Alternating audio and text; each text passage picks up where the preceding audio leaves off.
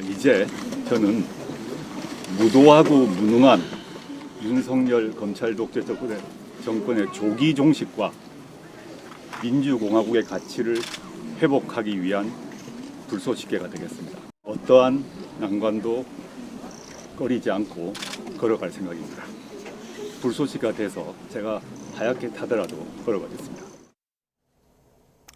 네, 오늘 기자회견을 통해서 더 구체적인 입장을 밝힌다고 하는데요. 김수미 평론가님, 저 정도 워딩이면 총선 출마하겠다 밝힌 거죠? 네, 뭐 새로운 길을 가겠다라고 징역 2년 선고가 나왔던 지난 2심 판결 직후에 그렇게 얘기를 했고, 새로운 길이라고 했을 땐 조 전 장관이 기본적으로 과거에는 현실 정치인에 본인이 맞는 사람은 아니다 이런 식으로 발언을 해왔기 때문에, 반대로 얘기해서 새로운 길이라고 하면은 선거 출마를 얘기하는 것일 수밖에 없을 것 같아요. 그리고 계속해서 뭐 정권 심판이라든지 검사 독재 심판 이런 구호를 얘기를 하고 있고, 이렇다면 선거에 출마한다. 그리고 아무리 최소한으로 보더라도 뭐 출마가 혹시 안 된다고 할지라도 어떤 정당을 결성한다든지 이런 움직임은 보일 것이다. 이렇게 전망을 해볼 수 있겠습니다. 이제 남아있는 거는 어떻게 그럼 선거에 임할 것이냐, 출마를 한다면 어떤 것이냐라는 건데, 아직까지 오늘 뭐 입장을 발표를 해서 조만간에 이 윤곽이 드러나겠지만, 비례대표냐 지역구냐도 현재로서는 좀 내다보기는 어려운 것 같아요. 지역구로 출마할 가능성이 전혀 없지는 않지 않을까 싶고, 근데 만약에 지역구로 출마한다고 했을 때는 호남 지역은 아닐 거라고 봅니다. 왜냐하면 어딜까요?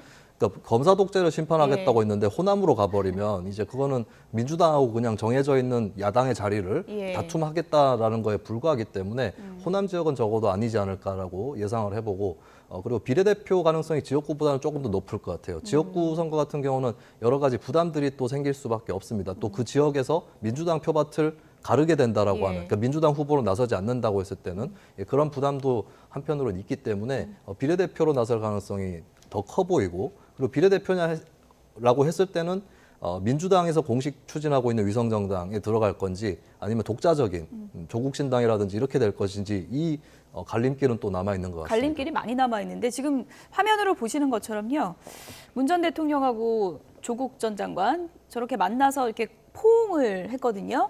문재인 전 대통령이 이런 얘기를 했습니다. 민주당 안에서 함께 정치할 수 있다면 좋겠지만 그게 어려운 상황이라면 신당 창당의 불가피성을 이해한다, 이렇게 얘기를 했더라고요. 근데 뭐 신당을 창당하던 민주당 그 무슨 뭐 연합비례 뭐 무슨 당에 들어가건 또 지역구로 출마하건 비례대표로 출마하건 그게 본질이 아니고요.